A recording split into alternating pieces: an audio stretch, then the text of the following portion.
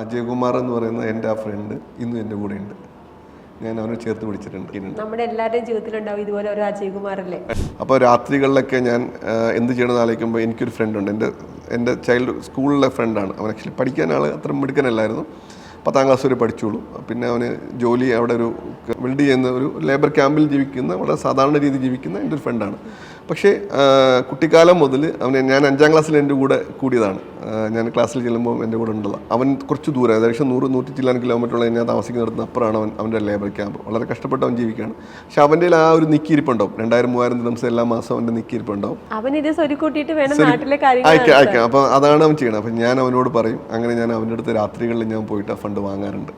അവന് വളരെ സന്തോഷത്തോടെ എനിക്ക് തരുന്നത്. ആ കാലഘട്ടത്തിൽ എനിക്ക് വലിയ ഉപകാരമായിരുന്നു. അത് ഞാൻ പോയി വാങ്ങിയിട്ടുണ്ട്.